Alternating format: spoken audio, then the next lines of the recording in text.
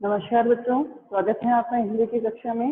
जैसा कि आप सभी को पता है कि कल की कक्षा में हमने हिंदी व्याकरण से संबंधित हमारा एक प्रमुख विषय पदबंध, शब्द पद एवं पदबंध के विषय में जानकारी प्राप्त करने का उद्देश्य निर्धारित किया था, जिसमें से आधा उद्देश्य जो है हमने कल की कक्षा में पूर्ण किया कि शब्द क्या है और वह पद की संज्ञा से कब अभिभूत होता है, इसके विषय में हमने जानकारी प्राप्त की।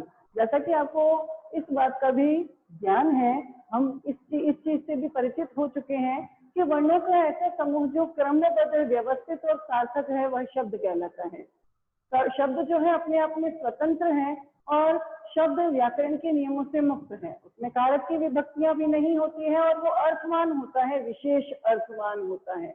लेकिन जब इसी शब्द को किसी वाक्य में प्रयुक्त कर दिया जाए तो वाक्य में प्रयुक्त होने के कारण जो शब्द है अपना स्वतंत्र अस्तित्व खो देता है। उसका अर्थ वाक्यानुसार परिवर्तित भी हो सकता है।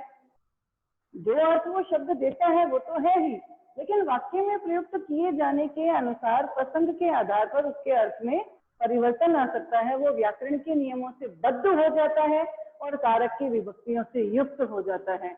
उस समय उसे शब्द नहीं कहेंगे, बल्कि उसे पद की संज्ञा से हम सूचित करेंगे।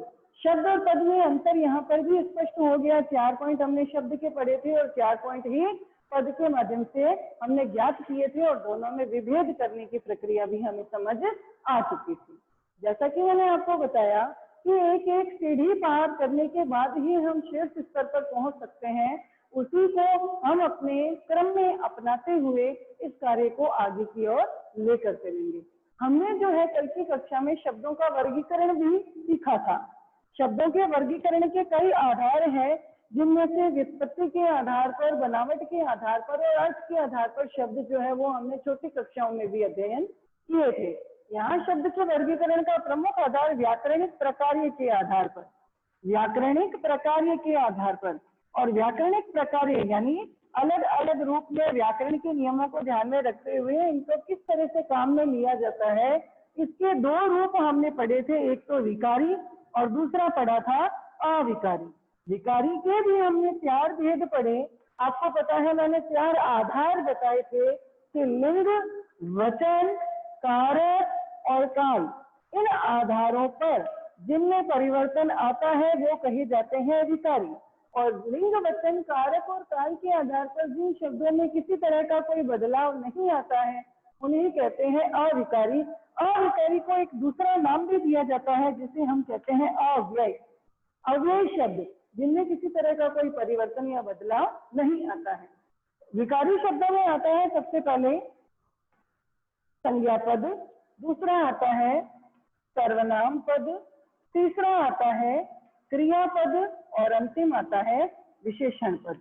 बेटा छोटे क्लासेस में जब आपने इनके बारे में अध्ययन किया, संज्ञा के मुख्य रूप से जो भेद हैं, सर्वनाम के मुख्य रूप से जो भेद हैं, क्रिया के जो भेद हैं और विशेषण के जो भेद हैं, हमने जो है कल की कक्षा में पद और शब्द के विषय में जो जानकारी प्राप्त करी, तो पद जो है वो वाक्य में प्रयुक्त शब्द ही पद कहा जाता है। यहाँ पर जब अब वो शब्द वाक्य में प्रयुक्त हो गया है तो उसे हम शब्द नहीं कहेंगे बल्कि पद के नाम से सूचित करेंगे। राम ने रावण को मारा। ये कर्ता, ये कर्म, ये क्रिया। लेकिन यहाँ पर रेखांकन करके आपसे पूछा जाए कि ये किस प्रकार का पद है, कल हमारी क्लास यहीं पर विराम प्राप्त कर चुकी थी कि पदों को हम किस प्रकार से पहचान सकते हैं, पदों की पहचान किस प्रकार होती है, उसके विषय में जानकारी। तो यहाँ पे राम जो है वो संज्ञा है, तो इसको हम लिखेंगे संज्ञा पद, इसी व्यक्ति का नाम है। और ये क्रिया है तो इसे हम लिखेंगे क्रियापद। लेकिन यही शब्द अगर आपको उपर्युक्त पंक्ति में यूं ही दे दिए जाएं तो इन्हें हम पद नहीं कहेंगे बल्कि ये क्या कहलाएंगे, शब्द कहलाएंगे, क्योंकि ये स्वतंत्र है, वाक्य में प्रयुक्त नहीं है। अब बात आती है, मैंने यह लिखा कि कक्षा में शोर मचाने वाला, मचाने वाला वह आज चुप है। अब मैंने इसके नीचे अंडरलाइन कर दिया और इसके नीचे भी अंडरलाइन कर दिया। वह शब्द आपको पता है संज्ञा के स्थान पर प्रयुक्त होने वाले शब्द हैं जो सर्वनाम के शब्द से नाम से जाने जाते हैं, और इन्हें हम क्या नाम देंगे? सर्वनाम पद। इसी सर्वनाम की ये पद क्या बता रहा है? विशेषता। कौन वह जो कक्षा में बहुत शोर मचाता है? तो कक्षा में शोर मचाना ये उसकी क्या है? जो शब्द संज्ञा या सर्वनाम की विशेषता बताते हैं वो कहलाते हैं विशेषण। तो ये क्या कहा जाएगा? विशेषण। ठीक है। अब बात आती है क्रिया के विषय में, संज्ञा के विषय में, सर्वनाम के विषय में और विशेषण के विषय में हमने बात कर ली। जब ये शब्द वाक्य में प्रयुक्त होंगे तो इनको पहचानते हुए जो है हम पदों की पहचान करेंगे, और पदों की पहचान करके उसके नाम के अनुसार उसका हम वहां पर अंकन कर देंगे। इस प्रकार पदों की पहचान की जा सकेगी। अब बात आती है अविकारी शब्दों की। वह एक टक निहारता रहा। एक टक के नीचे रेखांकन किया गया। मैं माताजी के साथ बाजार गया। एक साथ शब्द के नीचे रेखांकन। वह बहुत नटखट है, लेकिन वह ईमानदार भी है। वह ईमानदार है, वह नटखट है, दो अलग अलग वाक्यों को जोड़ के इसके बारे में परिचय। वाह, आपने मैच जीत लिया। वह के नीचे अंडरलाइन, और वह भी यह कार्य करेगा। ये बात प्रभावशाली तब बनी जब इसमें इस निपात का प्रयोग हुआ। तो यहाँ पर ये जो है अव्यय शब्द हैं, अविकारी शब्द हैं। अब जब इन्हें वाक्य में प्रयुक्त किया गया है, अब इनकी पहचान करते समय हम अगर रेखांकन दिया गया है कि बताइए प्रस्तुत पद किस प्रकार का है, तो निहारना क्रिया है और निहारने की ही विशेषता बताई जा रही है, तो ये पद कहा जाएगा क्रिया विशेषण पद। क्रिया विशेषण पद। मैं माताजी के साथ क्या है? संज्ञा या सर्वनाम शब्दों का वाक्य के अन्य शब्दों से संबंध बताने वाले शब्द, संबंध बोधक पद। इसे हम नाम देंगे संबंध बोधक पद।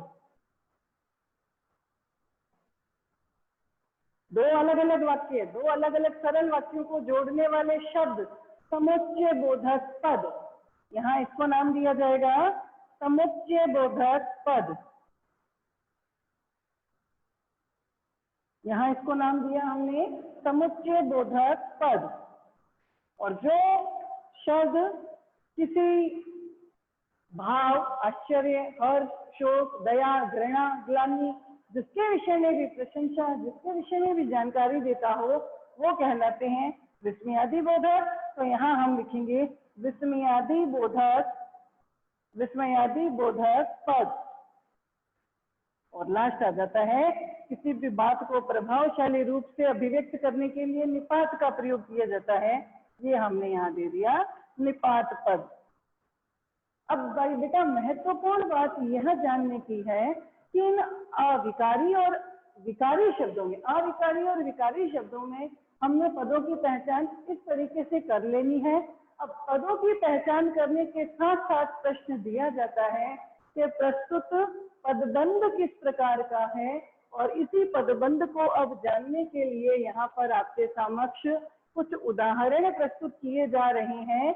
यानी हम अपनी एक पायदान से अगले पायदान की ओर गमन कर रहे हैं, यानी पद से अब पदबंध के विषय में जानकारी प्राप्त करेंगे। तो हमने यहाँ लिखा, सबसे पहला था शब्द।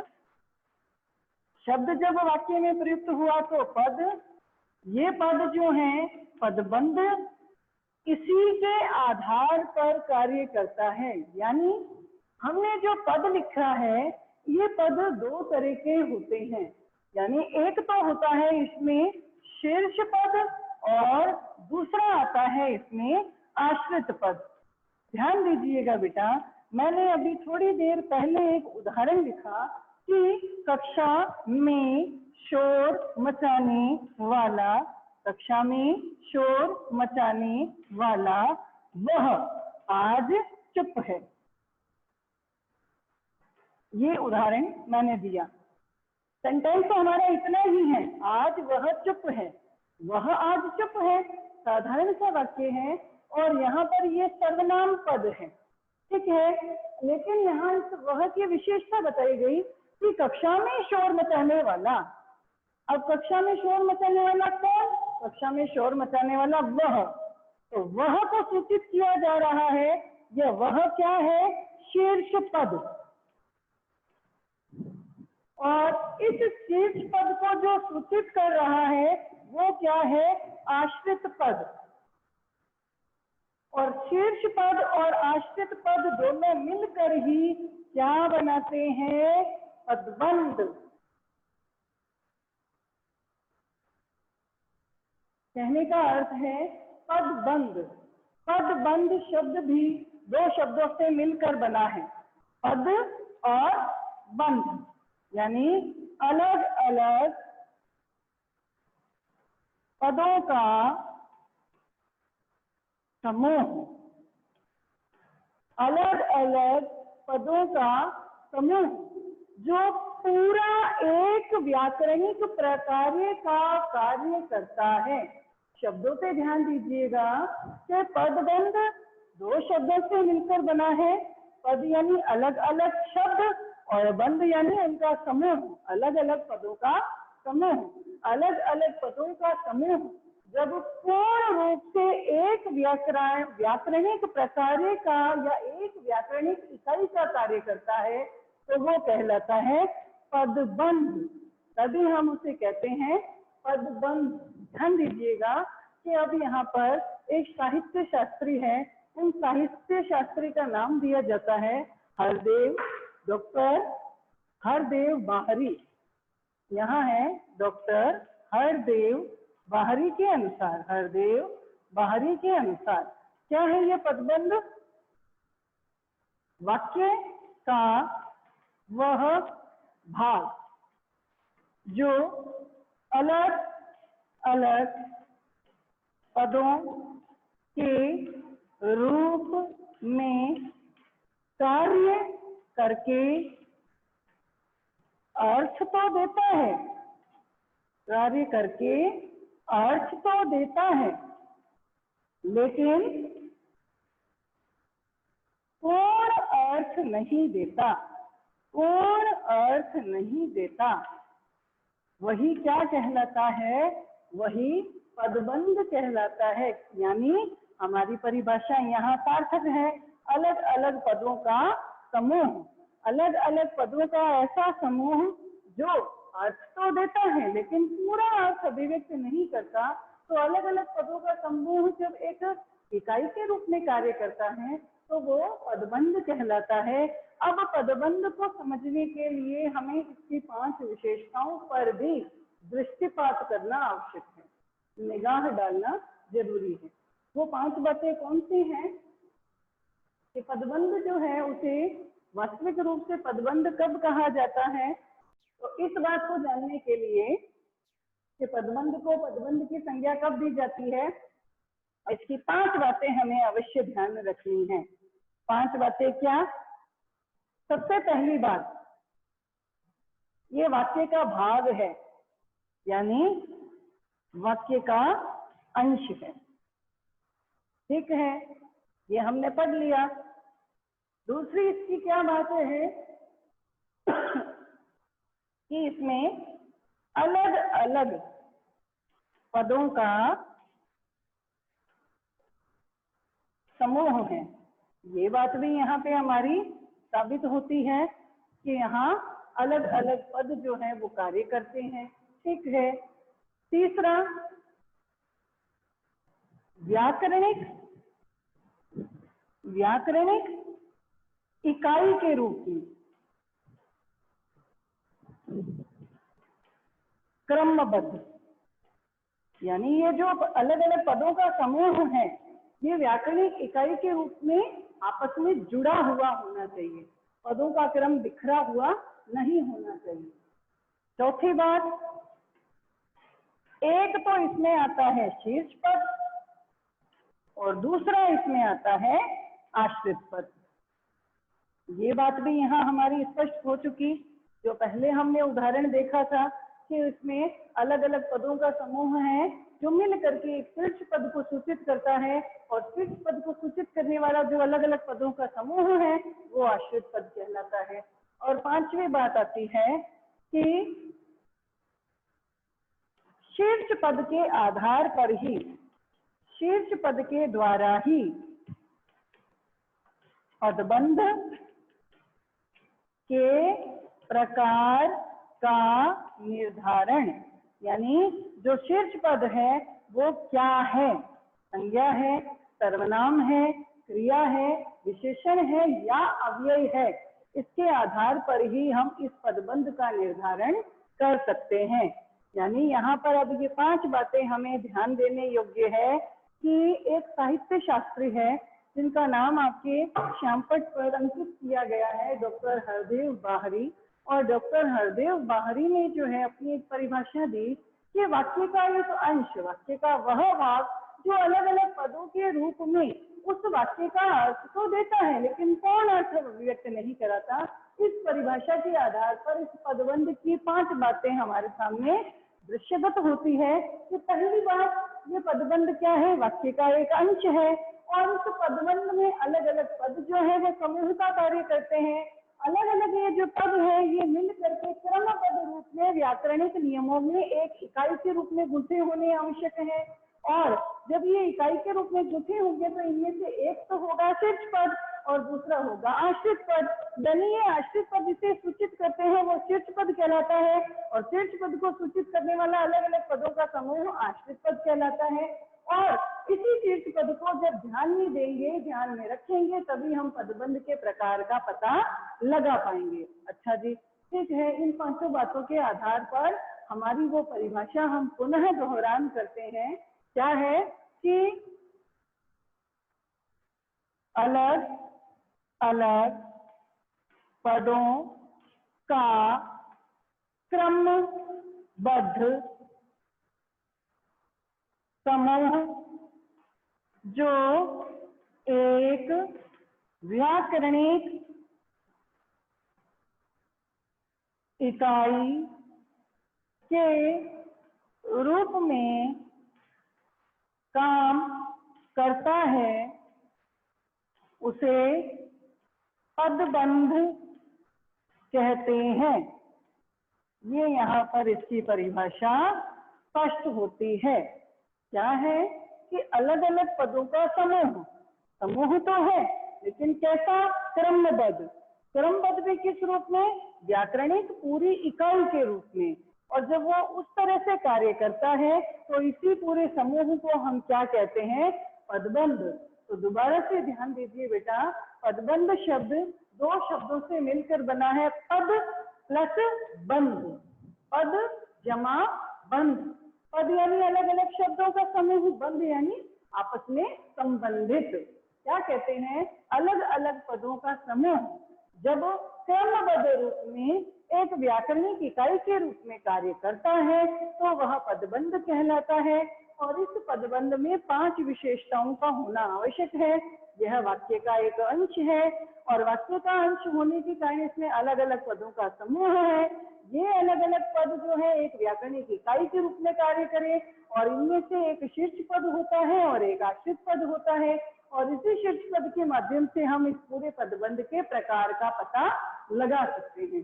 तो इस प्रकार यहाँ पदबंध, उसकी परिभाषा और उसमें शामिल किए गए 5 महत्वपूर्ण बिंदु जो हैं वो यहाँ स्पष्ट होते हैं। अब बात आती है पदबंध के प्रकार।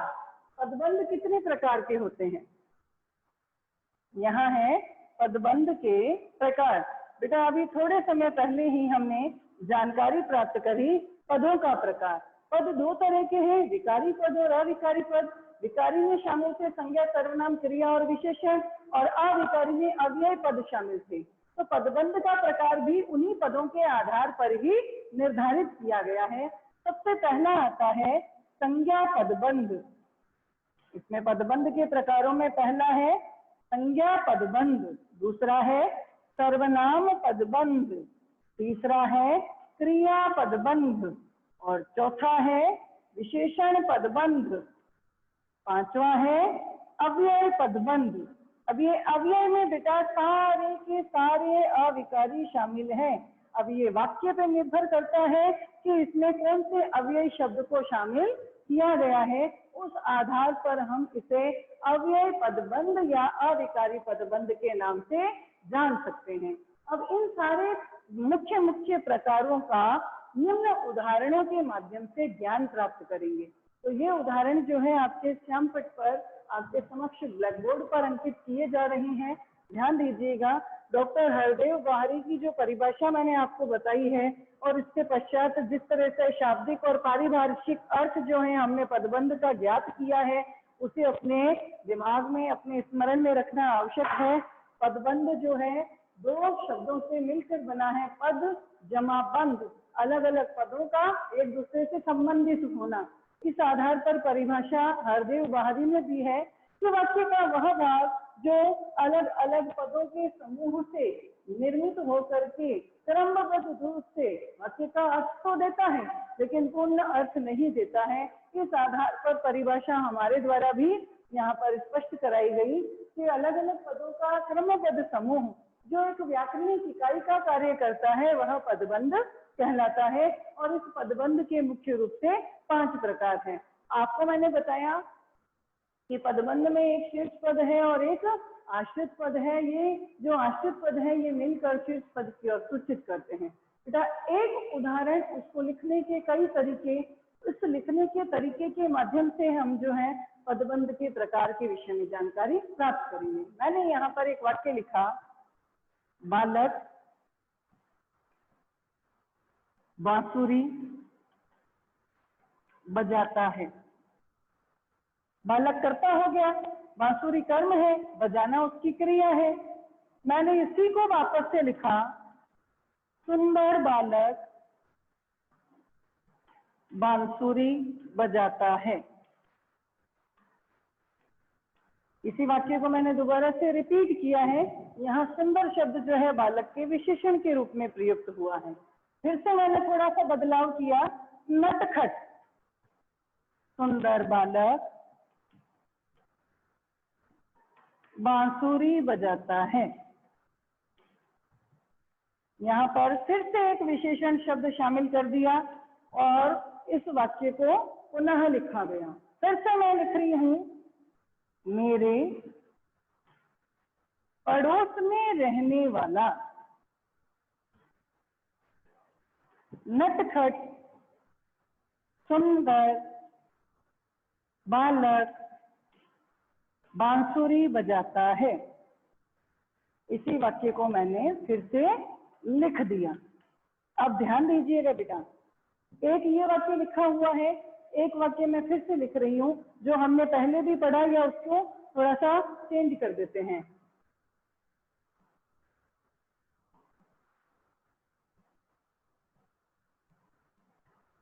खूब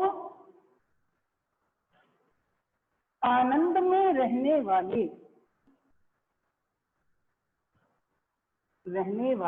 आप आज दुखी क्यों हैं?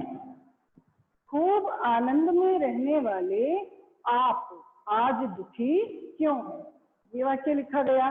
फिर से मैं बदल रही हूँ, नदी बहती जा रही है। ठीक है, यहाँ पर फिर मैंने इसी वाक्य को लिखा, नदी कलकल करती बहती जा रही है। ये वाक्य भी लिखा गया। चलिए एक वाक्य और लिखती हूं मैं यहाँ पे, श्वेत सुघड़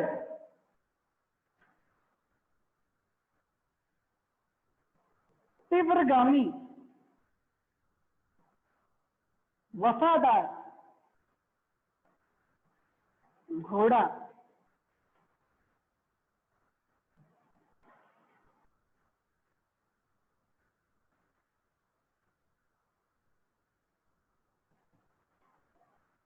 पालतू पशु है।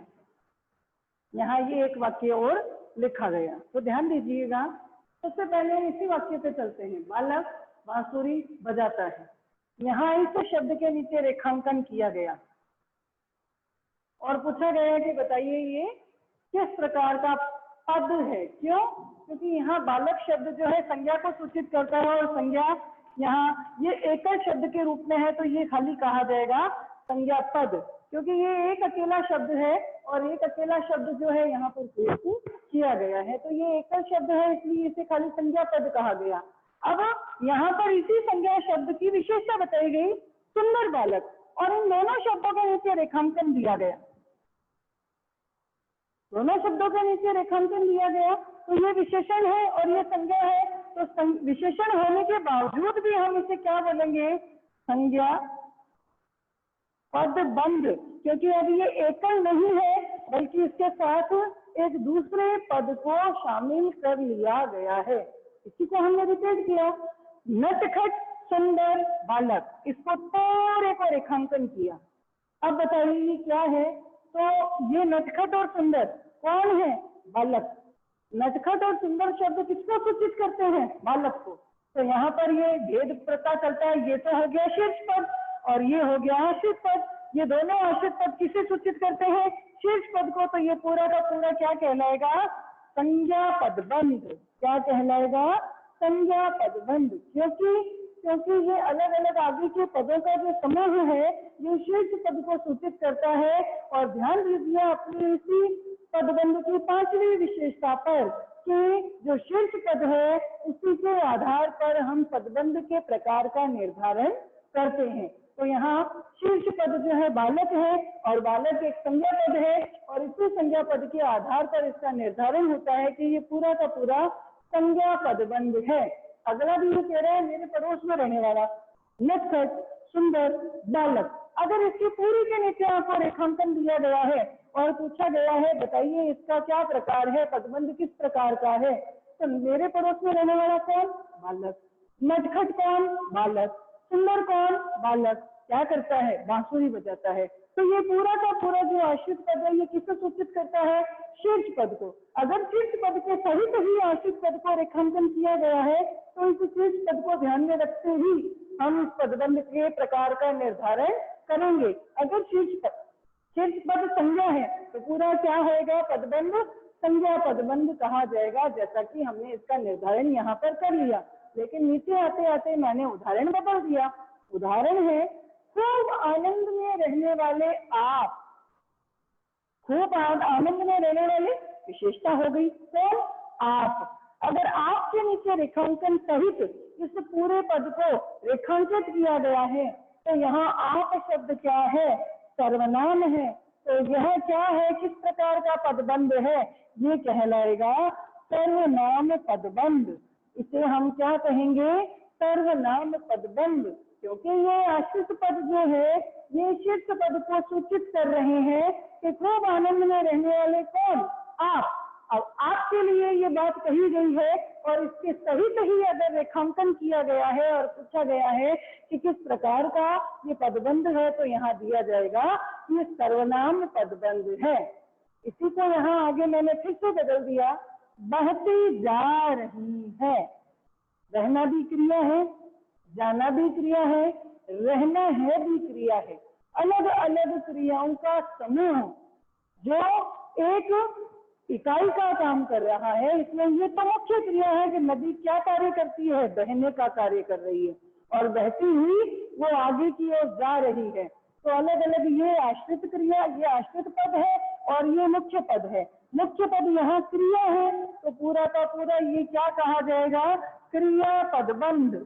इस पदबंध का निर्धारण हमने मुख्य क्रिया के आधार पर किया क्योंकि जा रही है, कौन जा रही है? ये अलग अलग क्रियाओं का समूह शीर्ष पद को सूचित करता है कि बहती जा रही है। तो बहती के नीचे रेखांकन है, बहना है क्रिया, बहती जा रही है, बाकी जो संयुक्त क्रिया है वो इस मूल क्रिया को पूर्ण करने का कार्य कर रही है। तो ये जो है अगर पूरा रेखांकित किया गया तो ये कहलाएगा क्रिया पदबंध।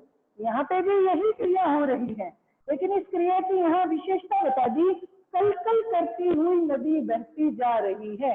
जब किसी क्रिया की भी विशेषता बताई जाए तो वो क्या कहलाता है? क्रिया विशेषण। तो यहाँ मूल है, जो मुख्य है, जो शीर्ष है, वो क्रिया विशेषण है।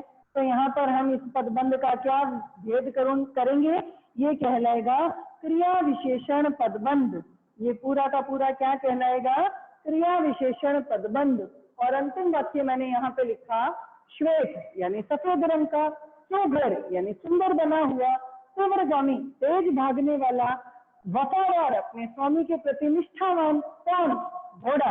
अगर यहाँ पर घोड़ा जो है वो रेखांकन नहीं दिया गया और बाकी इन सारे पदों को रेखांकित किया गया, अब पूछा गया बताइए प्रस्तुत किस प्रकार का पदबंध है? तो ये सारी क्या है? विशेषताएं हैं। जो किसकी विशेषता बता रहा है? इस जातिवाचक संज्ञा की विशेषता बता रहा है। अगर जातिवाचक संज्ञा को रेखांकित नहीं किया है, सिर्फ इसी का पूछा है, तो ये कहलाएगा विशेषण पदबंध। इसका निर्धारण क्या कहेंगे हम? विशेषण पदबंध। तो इस प्रकार से इस पदबंध के प्रकार का पता शीर्ष पद के माध्यम से ही लगता है। अगर शीर्ष पद आपको पता चले कि संज्ञा है और पूरे का रेखांकन दिया गया है, जैसे कि आगे के उदाहरणों में है, तो ये संज्ञा पदबंध कहा जाएगा। अगर शीर्ष पद आपका सर्वनाम है और पूरा का रेखांकन करके प्रश्न किया गया है किस प्रकार का है, तो ये सर्वनाम पदबंध है। शीर्ष पद में क्रिया है और इसी मुख्य क्रिया को पूर्ण कराने के लिए संयुक्त क्रिया कार्य कर रही है, तो पूरा का पूरा क्रिया पदबंध। अब ध्यान दीजिए, फिर से इसी पहले उदाहरण पे आते हैं। यहाँ बालक शब्द के नीचे से जो रेखांकन है हटा दिया गया है और सिर्फ इतना ही पूछा गया है, बताइए ये किस प्रकार का पदबंध है? सुंदर विशेषण है, नटखट और सुंदर विशेषण है, पड़ोस में रहने वाला नटखट और सुंदर विशेषण है। कौन? बालक। बालक को शामिल नहीं किया गया क्योंकि बालक यहाँ पे शीर्ष पद था, इसे हटा दिया गया। बाकी पदबंध क्या बता रहे हैं? उस बालक की विशेषता। तो यहाँ पर ये इतना इतना क्या कहलाएगा? विशेषण पदबंध। अब इसका रूप बदल गया क्योंकि यहाँ का शीर्ष पद बदल गया है। अगर यहाँ पर शीर्ष पद बालक शामिल होता तो शीर्ष पद के आधार पर ही बाकी पदबंध के प्रकार का निर्धारण किया जाता है। शीर्ष पद वहां से हटा दिया गया है, यानी उसके नीचे से रेखांकन हटा दिया गया है, तो सिर्फ इतने ही पदों के इस अलग अलग समूह के प्रकार का आपको निर्धारण करना है। तो ये क्या है? ये इस बालक की विशेषताएं हैं। और यहाँ पर जब विशेषण जो है, विशेषता को सूचित करने वाले जो पद हैं एक से अधिक हैं, तो वो कहलाएंगे विशेषण पदबंध।